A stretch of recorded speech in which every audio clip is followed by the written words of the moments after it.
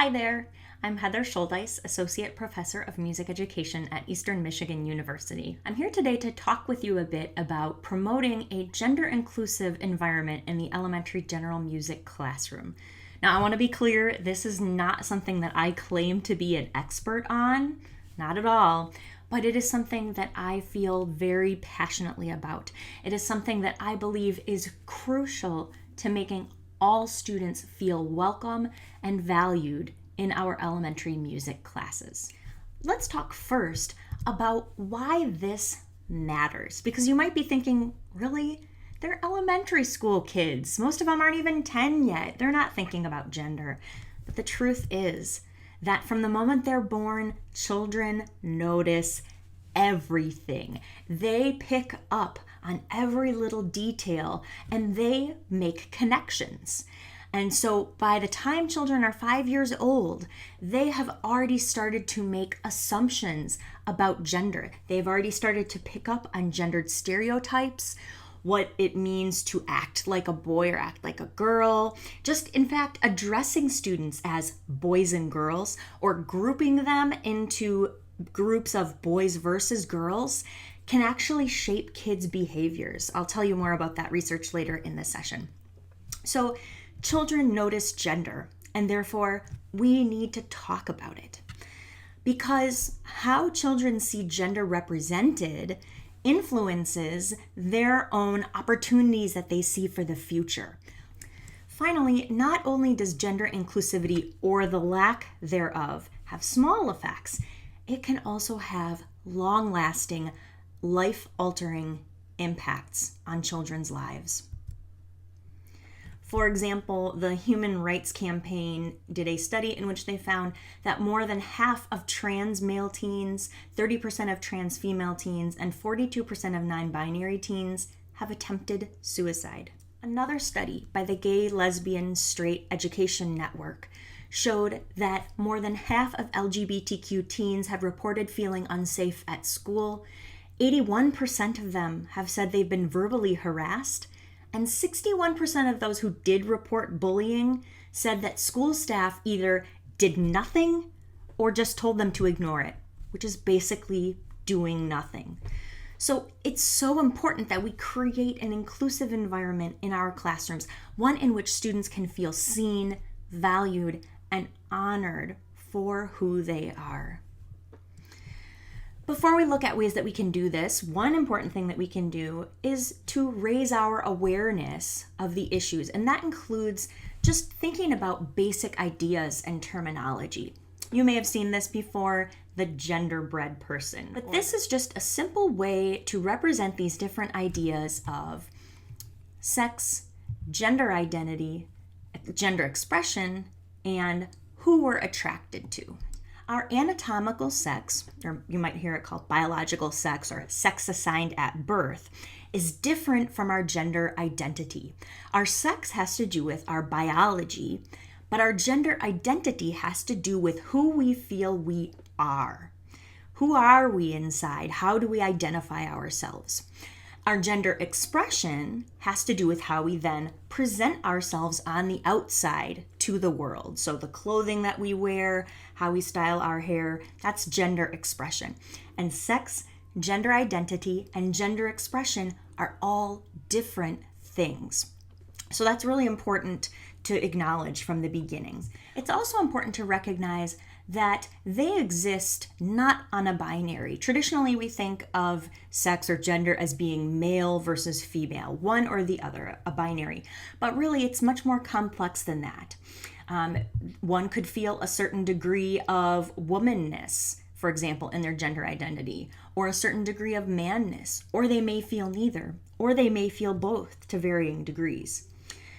Even our anatomical sex is not just male or female. It is not so simply classified. For example, there's something called intersex, in which a person's body has characteristics of both male and female sex. So it's very complex. And then, of course, all of those things, anatomical sex, gender identity, and gender expression, are different from sexual orientation or who we are attracted to. These are all different things. I also quickly want to just clarify because I don't ever like to assume that everyone knows all of these terms. My apologies if I'm boring you, but I really want to quickly define transgender.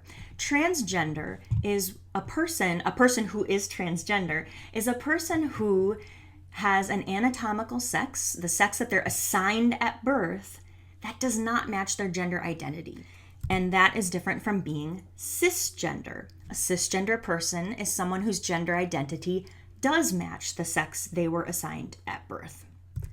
It's also possible for a person to be agender, to really not feel like any gender. And we'll talk about some other terms as well as we progress throughout the session. So again, these are all different ideas. They're not just binaries. And our bodies and our gender identities and how we present ourselves is different from who we're romantically or sexually attracted to. And really quickly, I also wanted to share this link that you see in the slides. This is a really great resource if you're feeling like you're just not familiar with what it means to be transgender and you want to be more knowledgeable and sensitive for your students. You can go to the GLAAD website. Another way that we are conceptualizing gender now, as opposed to the traditional binary, is really more as a spectrum. That there are many, many subtle intricacies to how we can experience our gender. So in the rest of this session, now that we've discussed some basic terms, we're going to look at 3 main ways in which we can provide a gender-inclusive environment in our elementary general music classes. We're going to look at how we can combat gender stereotypes, how we can normalize gender expansiveness, and how we can resist heteronormativity. So let's start first with combating gender stereotypes. And these are everywhere. I'm guessing you're probably already conscious of these things. If this was a live conference presentation, I would do an activity where we would share what we think it means or what we think the world thinks it means to act like a boy or a man, and I'd have you submit anonymous responses. Instead, because we're not live, I'll just share with you, these are a few of the things that my introduction to music education students have said in the past when I do this activity with them.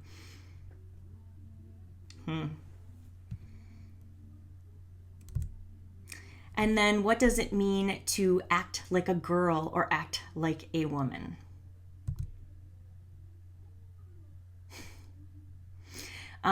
Unfortunately, I was using Poll Everywhere for this, and unfortunately it separated phrases into each individual word. So for example, here we have smells good, got separated, so smells good. Now, these perceptions, of course, that's what they are, right? These are assumptions about what it means to act like a boy or act like a girl. These don't happen in a vacuum. These are things that are learned from a very young age, and I have never been more conscious of this than I have been since I've had my own child. Here are some pictures that I found. I was shopping for t-shirts for her one day, and these were some of the t-shirts I saw when I searched for the boys' t-shirts versus the girls' t-shirts. So over here, we've got the boy t-shirts, boss skills, smart one in the family, busy building my empire. How empowering, right? And over here, we have the girls' t-shirts, daddy's perfect princess, I'm adorable, mommy's beautiful, daddy did good, #drama. These speak volumes about how we expect girls and boys to act in the world and be in the world. And these things start young.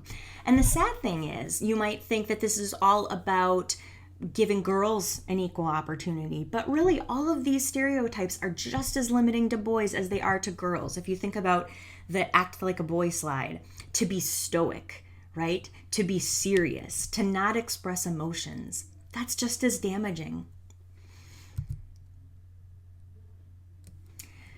I also have my introduction to music education students do the same activity then, where the question is, what does it mean to make music like a boy or a man? And I'm guessing some of these gender stereotypes will not surprise you. And then when I ask them, what does it mean to make music like a girl or a woman? No surprise there either, sadly. So these gender stereotypes do exist in music. I'm sure you could name many of them yourselves. For example, singing. You may have heard the assumption, boys don't sing, boys won't like to sing, right? Singing's not for boys, singing is for girls. Or instruments. I'm sure it's no surprise to you the traditional instrument gender stereotypes. Flute is for girls, tuba is for boys. Of course, I'm not saying these things are true, right? But these are the stereotypes that have existed for decades. There's also stereotyping that happens with jazz and improvisation. There's research that has shown that girls feel much less comfortable with improvisation and with jazz than boys do. Also, the role of a composer. Many people see composing as a man's job. And also conductor.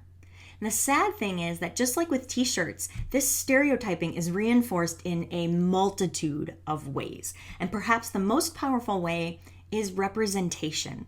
And problems with representation happen even in our own professional materials in music education. For example, some colleagues and I did a research study a few years ago where we took every issue of the Music Educator's Journal spanning 50 years. I think it was from 1961 to 2011.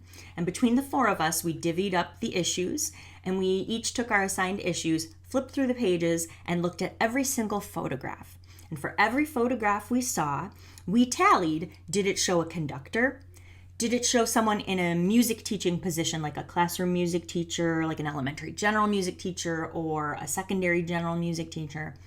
Or did it show a named photo, like a headshot or a posed photo of people standing together at a conference where names were listed? And so we tallied every single kind of picture, every one of those kinds of pictures in every issue for 50 years, and also tallied what did that person's assumed gender look to be? And of course, we're talking assumed here because we couldn't talk to everybody in the photographs. But did the person appear to be a man? Did they appear to be a woman? If we weren't sure, we just didn't count those photos. So when we tallied these up for the entire 50 years, we found that 78% of the photographs for conductors showed men in the role of conductor. Now this is over the 50 years, and you can see from this graph here, the gray shows the women and the white shows the men. So you can see over the 50 years, we are getting some greater percentages of women being shown in the role of conductor. But still, look here, the year 2001, not a single female conductor was shown in any issue of MEJ for the entire year. That's a problem.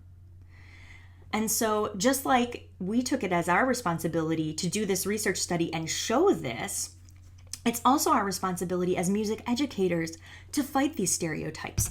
And one of the biggest ways that we can do that, one of the most powerful ways we can do that, is representation. It is so important to show our students models of people that defy these gender stereotypes, that don't align in these traditional stereotypical roles. In fact, there was a research study done by Pickering and Rapiccioli that shows that just showing more diverse images of musicians that defy these gendered norms really does influence children's own perceptions. So in their experiment, they took elementary age children and they divided them into two groups. And they showed them videos showing an instrumental soloist playing their instrument. Half of the children saw instrumentalists playing instruments that align with the gender stereotype. So they saw a girl playing flute. They saw a boy playing trumpet. The other half of the students saw the reverse. They saw the counter representation. So they saw the girl playing trumpet, the boy playing flute, and so on. And then after the children watched the videos of the different instrumentalists, they were asked which instrument they would most like to play. And what the researchers found was that children who were exposed to the counter examples, not the stereotypes, were less likely to choose gender-consistent instruments than those in the stereotype group. So they were more likely to choose any instrument that they wanted to and less likely to conform to the gender stereotype. So small things can have a big impact. And this can go for composers. What composers do we represent in our classroom? Do we show our students examples of female composers, non-binary composers? Do we show different performers? And do we show representations that fight these gendered stereotypes? So let's look at just a few examples that you can find to resist these gender stereotypes and open up more opportunities for your students. I'm going to jump in and out of the slides and YouTube a little bit here. So the first video I'll show you a quick clip of is Allison Balsam, a famous trumpeter, and I'll show you that right now.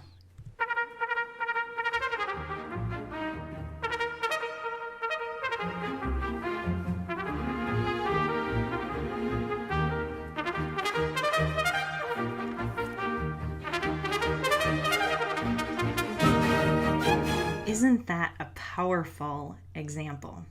And here's another one. This is the 10 Thing Brass Ensemble.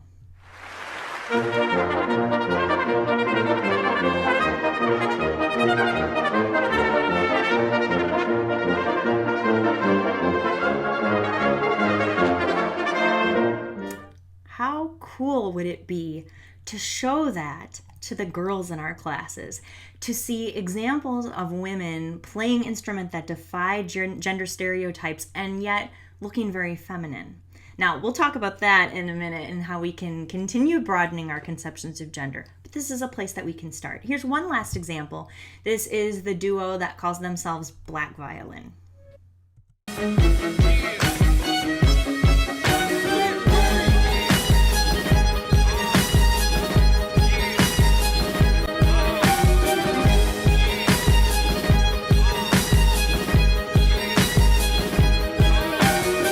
Again, we can show our students examples like these of things that defy the gendered norms of certain instruments or certain musical activities. We could also find other resources to bring into the classroom. There's two examples of books that I've shown in the slides. One is the book by Mo Willems called Because, and it's all about a little girl who goes to see an orchestra perform and ends up growing up loving music and becomes a composer and a conductor. And then there's this book, Drum Dream Girl, about a little girl who grows up in a society in which girls are not allowed to play drums. So there's lots of ways that we can work against gender stereotypes in our music classroom. One more thing I wanted to share about gender stereotypes is also summarized on my blog. I do a blog called Research to Real Life, which you can find on my website, everydaymusicality.com. Or you can also find it on Facebook, Instagram, or Twitter if you search for Research to Real Life. In this blog, I read published music education research studies. I just do a quick write-up of what they found and then implications for the music classroom. And what I have on the screen here is a post that I did about a study where the researcher looked at the songs in traditional early childhood music curricula. So they sat down with all the materials, they analyzed all the songs as to whether they were about male characters, female characters, or neither.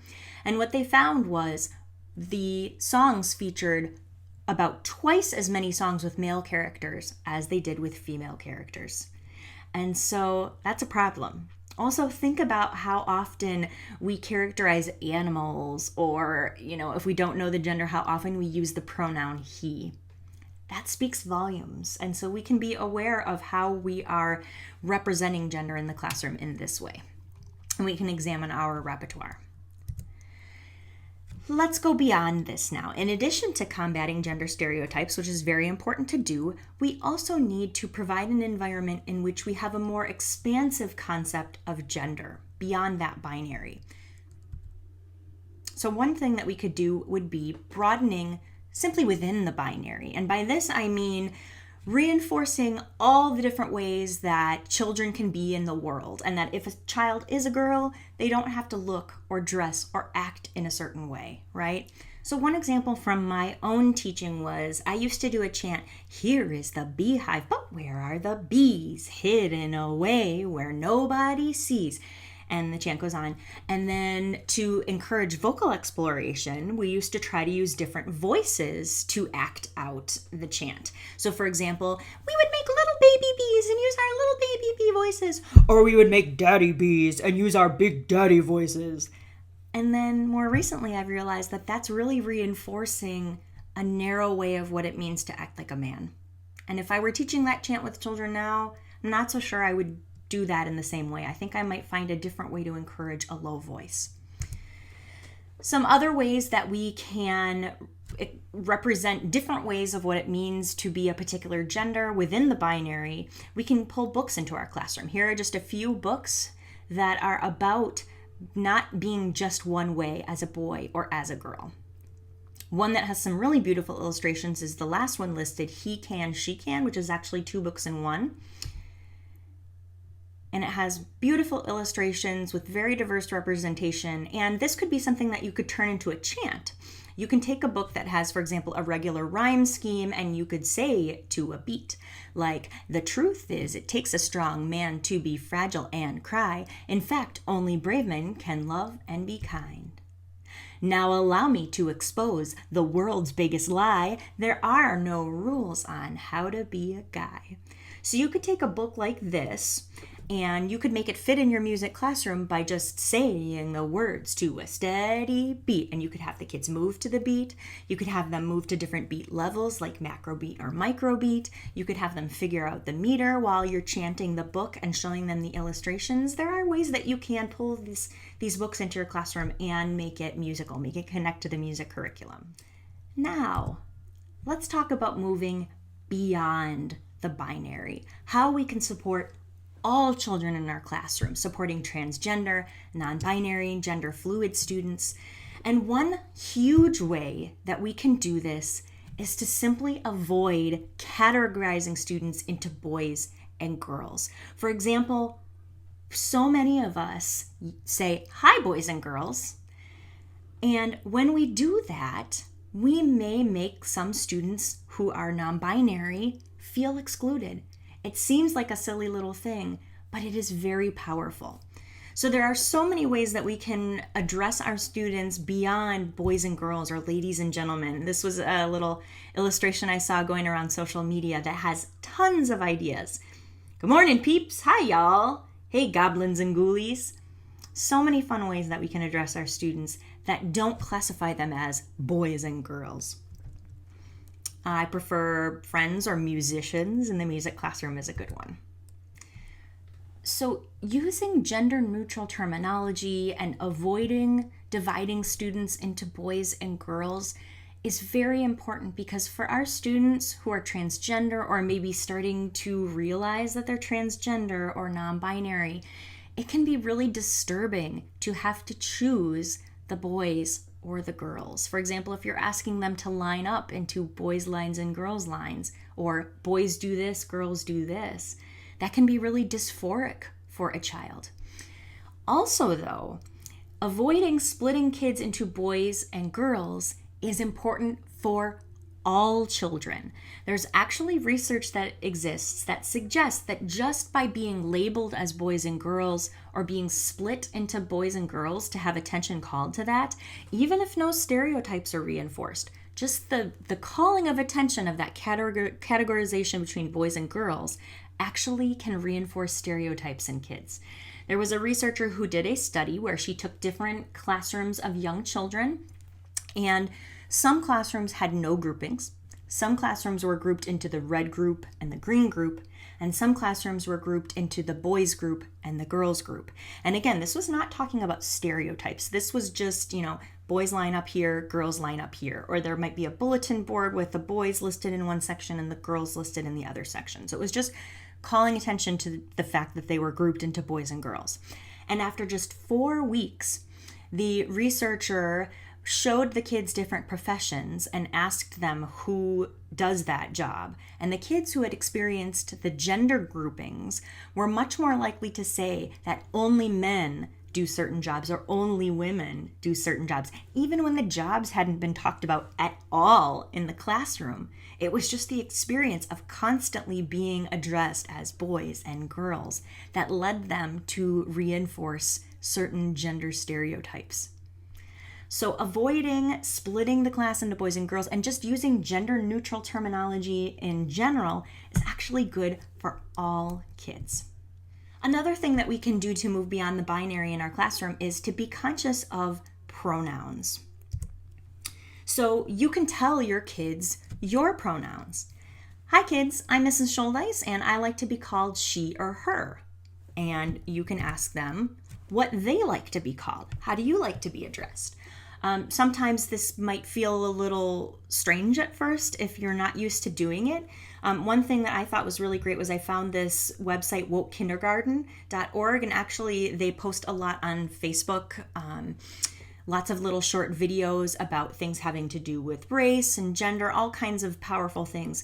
But on their website, wokekindergarten.org, you can see a little video where the founder of Woke Kindergarten introduces themselves. And so that's a great model for how you can start to talk about these things with kids. Another thing we can do is we can feature non-binary musicians in our classroom. For example, Sam Smith came out in the last year or two announcing that their pronouns were they, them. So you could do a lesson on musicians. Maybe you play the song Stay With Me, which if you have upper elementary kids that are playing ukulele is a really great one because it only uses A minor, F, and C major chords. So it's not too tricky. Maybe you play that song and you teach them about the performer. This is Sam Smith, and they go by they, them. And you can talk about the person and model using those singular they, them pronouns. That's a really important piece too. So this one way you could do it is with books. This is a great one. Peanut Goes for the Gold. It's a super cute book with a great message, and the character Peanut uses singular they, them pronouns. So it's not at all about being non-binary, but it's a great model for talking about a character as they or them. Another example is a book called From the Stars in the Sky to the Fish in the Sea. And this is a beautiful one that I'll share with you where it's got some repeating text that is supposed to be like a lullaby that the character's mother is singing to them. And I made up my own little melody in the style of a lullaby and turned it into sort of a song story. Once upon a time, in a little blue house on a hill on the edge of town, a baby was born.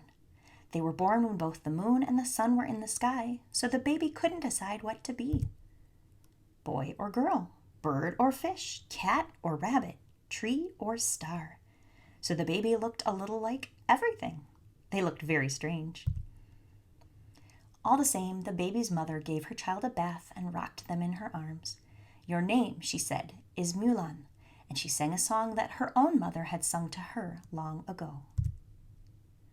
Whatever you dream of, I believe you can be, from the stars in the sky to the fish in the sea.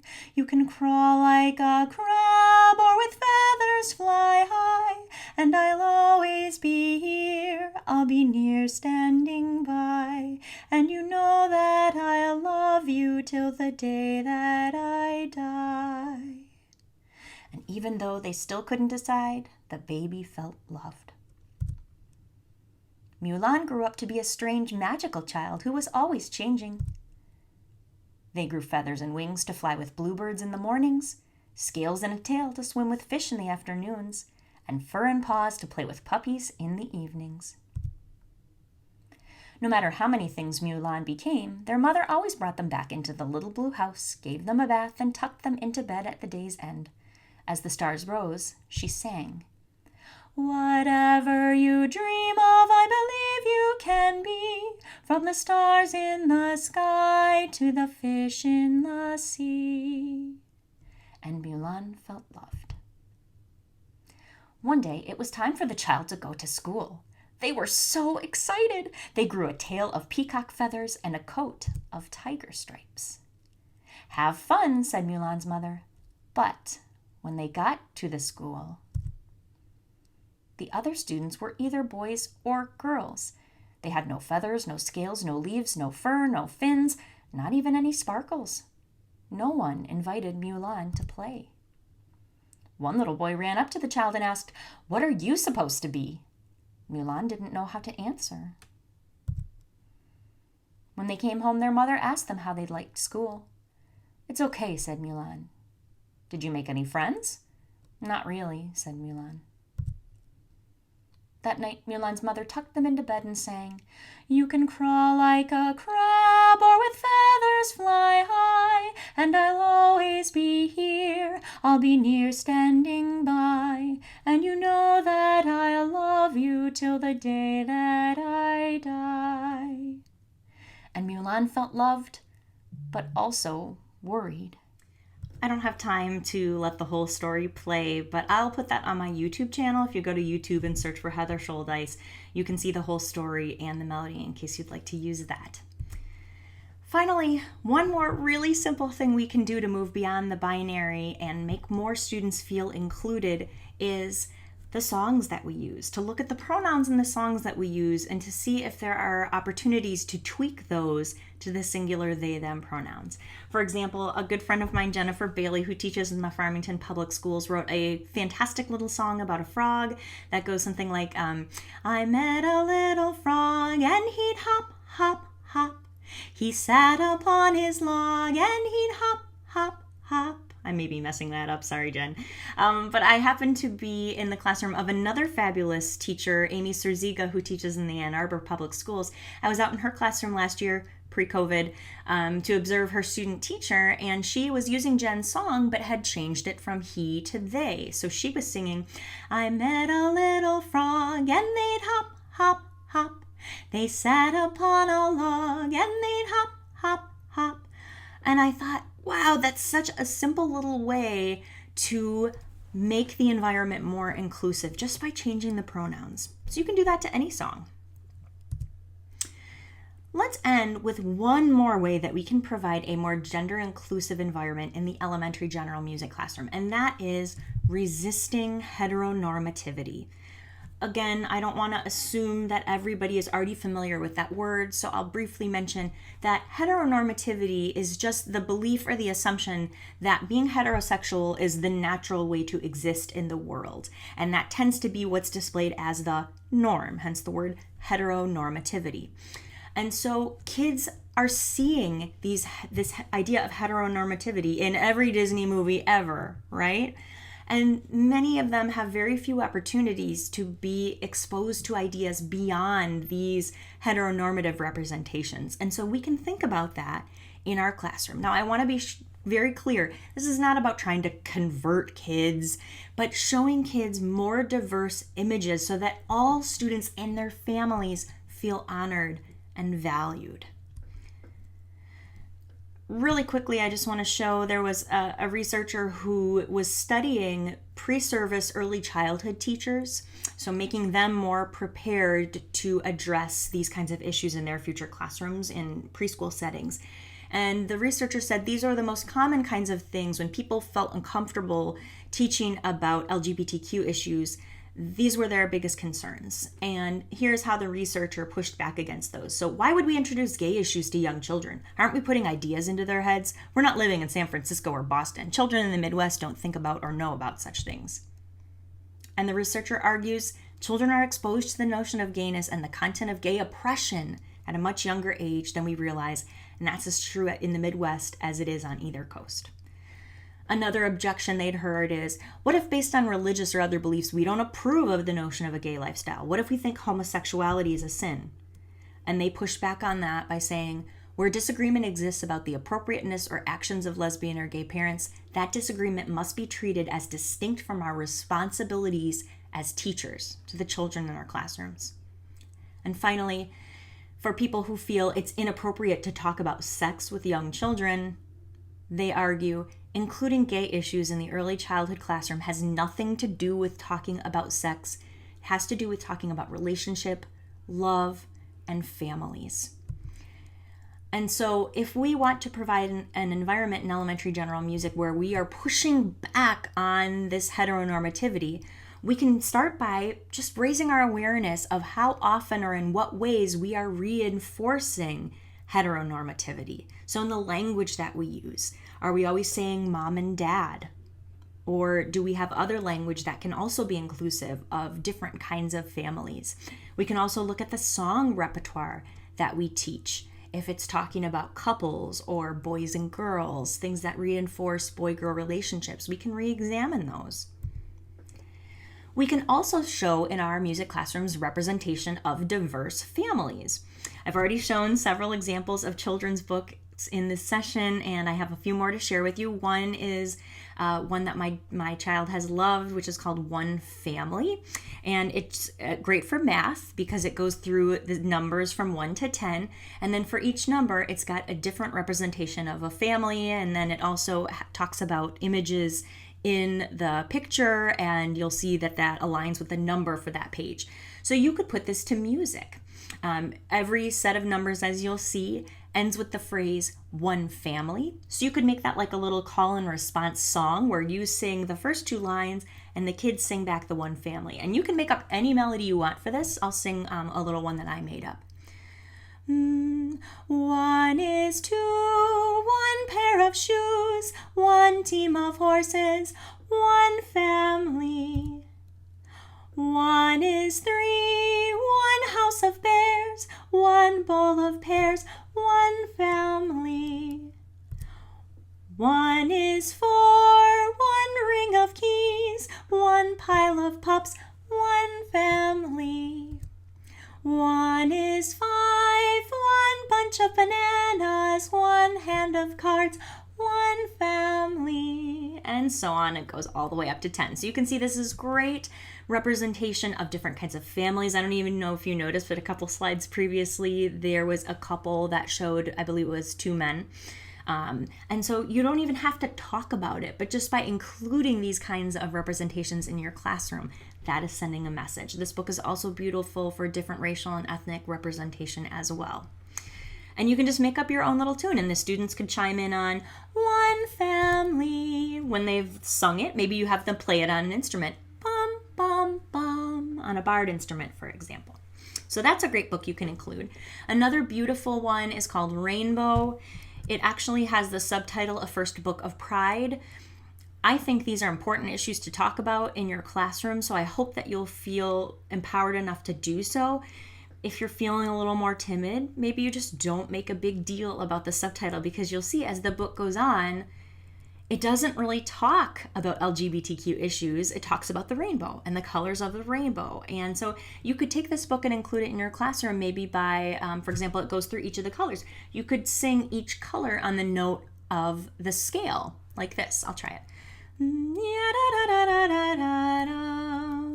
Red means life, orange is healing, yellow is sunlight, green is nature, blue is harmony, violet is spirit.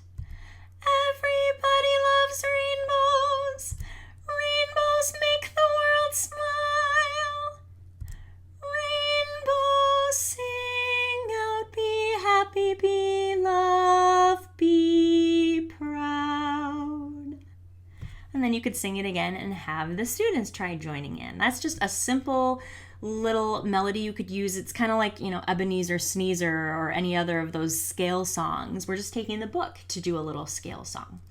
There are all kinds of different ways that you can play around with children's literature in your classroom. A few more examples that are a little more explicitly talking about resisting heteronormativity: Worm Loves Worm, Prince and Knight. So as we wrap up, I just wanted to share a few more resources with you. These are all wonderful websites with great information on them. Teaching Tolerance has a printed magazine that you can sign up for with lots of great articles in it that comes, I think, quarterly. All of these different websites have just so much information on them to help heighten your awareness of these issues. They provide resources for educators, how you can make your classroom more inclusive and just. And Parenting Beyond Pink and Blue is a parenting book, but I think it also has a lot of great information that could be applied to teaching as well. And finally, I love kids' books. So here are just a few more. Maybe these are more for if you have your own children. These are all really great books that talk about gender. These would be great to share with your elementary classroom teacher colleagues. They might not be easily incorporated into the music classroom. It might be more difficult to make connections to music, but they're valuable books nonetheless. So in conclusion, I just want to say thank you for taking the time to watch this video and to think about these issues. being conscious of and looking critically at who is represented in our music classrooms and how they are represented is so important. And also it is important that we look at who is not being represented in our music classrooms or who might not feel welcome in our music classrooms. So that's the first step. And then the next step is working to diversify the representation in our classrooms and creating an inclusive environment in which all students feel welcomed, valued, and honored. Thanks so much for taking the time to watch this video. I wish you the best of luck with your school year, and feel free to get in touch if I can do anything to help you. Bye.